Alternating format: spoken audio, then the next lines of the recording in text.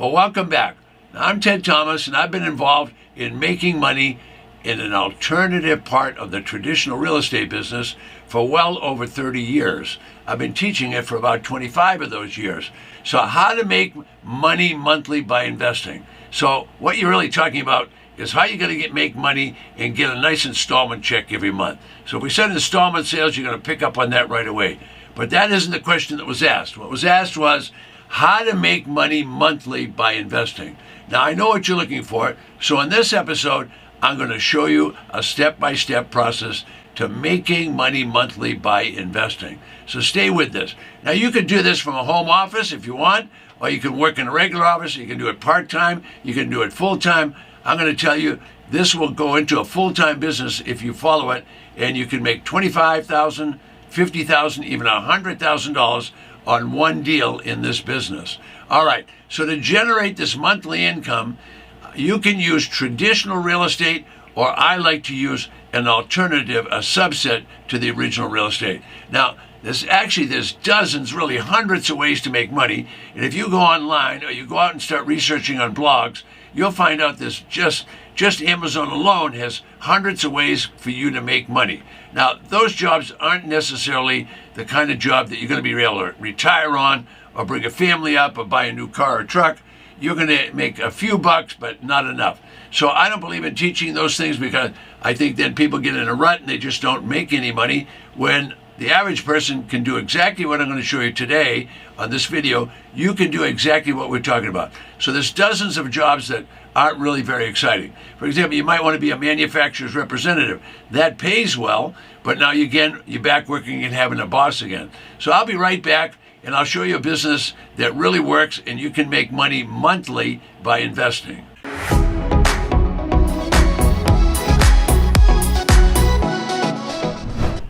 Okay, I'm back. Now, the title of this was How to Make Money Monthly by Investing. So as I say, there's dozens of businesses out there. Doesn't matter whether you're going to be a manufacturer's representative or whether you're going to sell other people's products.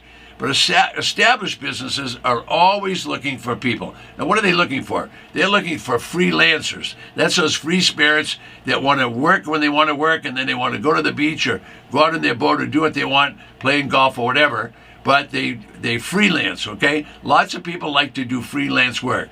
All right, so if you want to do that work, nothing wrong with that. You're probably going to hang out there on Fiverr or Upwork or one of those places, and people will find you. So in this episode, I'm going to talk about making money monthly by investing. Now, that means you're going to have to concentrate a little bit. You're going to have to do the same things right, and you're going to have to do it again and again. So I teach my students that they can make money in this business, and they can be the beneficiaries of some pretty big checks, and the county will benefit, they will benefit, and whoever buys from them is going to benefit. So this business that I'm talking about is tax liens and tax deeds. It's been around for hundreds of years.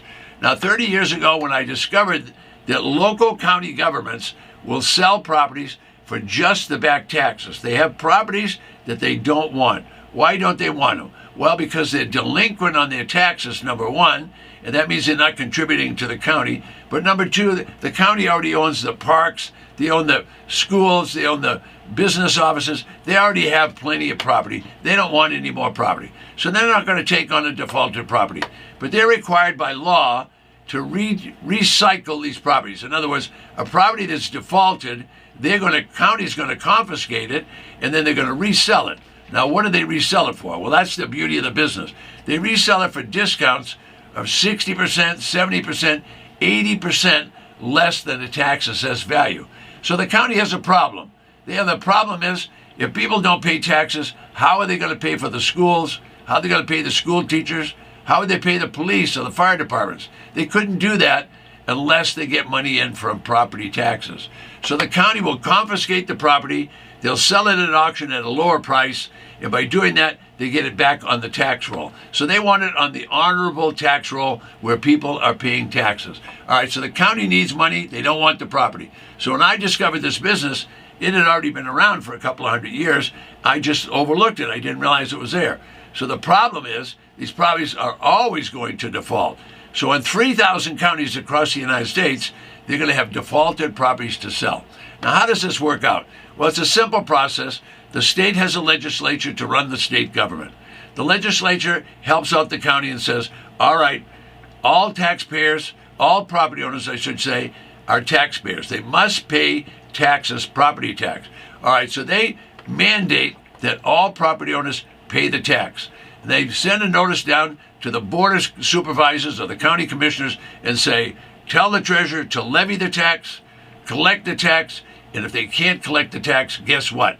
They are going to seize, they're going to throw the people out, they're going to confiscate the property, and they're going to resell it. In other words, they couldn't collect the taxes, so now they're going to do something about it. And what's the county going to do? They're going to sell that property for very close to the back taxes. Now, when I say the back taxes is the way they're going to start the bidding, I mean that. In other words, they might start the bidding at 10 cents, 20 cents on the dollar, and you could buy properties that cheap if there's not a lot of bidders there. But the point is, it's a public auction.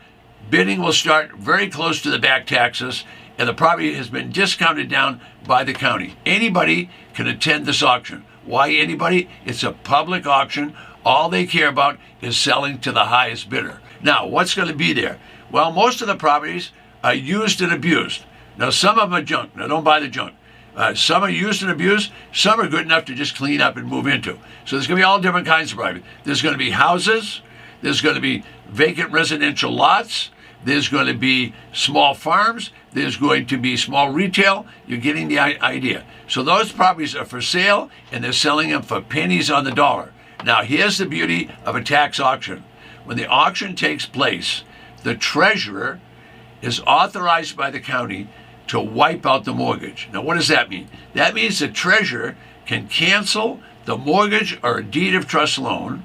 So when you buy the property, you bought it for basically very close to the back taxes with no mortgage or deed of trust loan on the property. I don't make the rules. The county and the state legislature make the rules. But once you learn that you can buy properties for 10 or 20 cents on the dollar with no mortgage or deed of trust, what does that tell you? That tells you there's bargains out there every single day. So let's say you had a property that was valued, in this case, let's say it's valued at $100,000. And the government is going to, when they go to sell it, the county government's going to start the bidding way less than that. 60, 70, 80% less than that. Well, now if you bought it for that low price, you can do anything you want with it. So if you got a 60% discount, that's going to be a huge discount. If it was a bigger discount than that, it's even more. My point is, you can buy these bargain properties. So let me give you an example on paper so you can follow along. So let's say the tax assessed value was $100,000, but the back taxes that are owed are $5,000. Now that $5,000 is what the county wants. All right, so they'll start the bidding there. Now, will all the properties go out the door at $5,000? No. There's other savvy investors around. So let's say another investor is there and they're willing to pay $20,000. Well, the county will take that money and they'll give that investor who was ever at the auction a deed to the property. So that new owner now has a property that could have a value all the way up to $100,000, but they only paid $20,000. Would you like to be that buyer? Well, you could do that because there's literally 5,000 of those auctions every year. All right, now what are you going to do with the property? Well, I'm going to say, why don't you sell it? All right, you want to live in it? You can live in it. All right, how would you sell it? Well, it's not that difficult. You could put it on the multiple listing system. You could also put it on eBay. You could put it on Craigslist. You could use Trulia. You could use Zillow. You could use, there's any number of ways to sell a property. So if you put the property on there, assessed value $100,000, and you're willing to sell it something less than that, well, the bargain hunters are going to find you. So let's stay with it for a second. So let's say the bargain hunters are out there looking, and they see your announcement on Craigslist, and you're offering to sell a $100,000 property for $65,000. Do you suppose that's going to get their attention? Absolutely. So let's say the seller's trying to sell at $65,000, all right? And the new buyer comes in and said, I'll pay you $65,000, except I want to make payments. Well, a lot of people make payments. Everybody has mortgages, right? Well, there's a whole group of people in the world that can't get a mortgage, and that's because they got a low FICO score. Now, if they got a low FICO score, guess what? There's no way they're going to get, the banks are going to reject them. So you could sell to those people and have installment payments. Would that be good? So you can get installment payments if you want, and you can sell it for anything you want. So let's say that you decide you're going to sell it for $65,000, and you'll accept $900 a month every single month, except you'll do that for 10 years. Well, in 10 years, you'd bring in $100,000, and you only invested $20,000. And over the 10 years, you bring in $108,000. I hope you're getting what we're talking about. All right, now in this episode, what did I talk about? How to make money monthly by investing. Well, I love the fact that you could sell these properties using an installment sale, and you get $900 a month for 10 years, $108,000. Does that work for you? Well, folks, if you're an entrepreneur, you're going to want to learn this business. Now, right below me is a free gift. 2 words of caution before I go. 1, don't buy a property unless you put boots on the ground and you've seen the property. Why? What if there was a fire? What if there was a hurricane? What if there was a big windstorm? What if it was next to a chicken farm? Think about all that. All right. Second rule that you want to pay attention to, and close attention, is don't buy anything that you haven't already thought what you're going to sell it for. The beauty of the business is you can buy for a bargain, you want to sell for a bargain. Do you have enough margin to do that? So you want to do that before, figure all that out before you do any buying. Right below me is a free gift.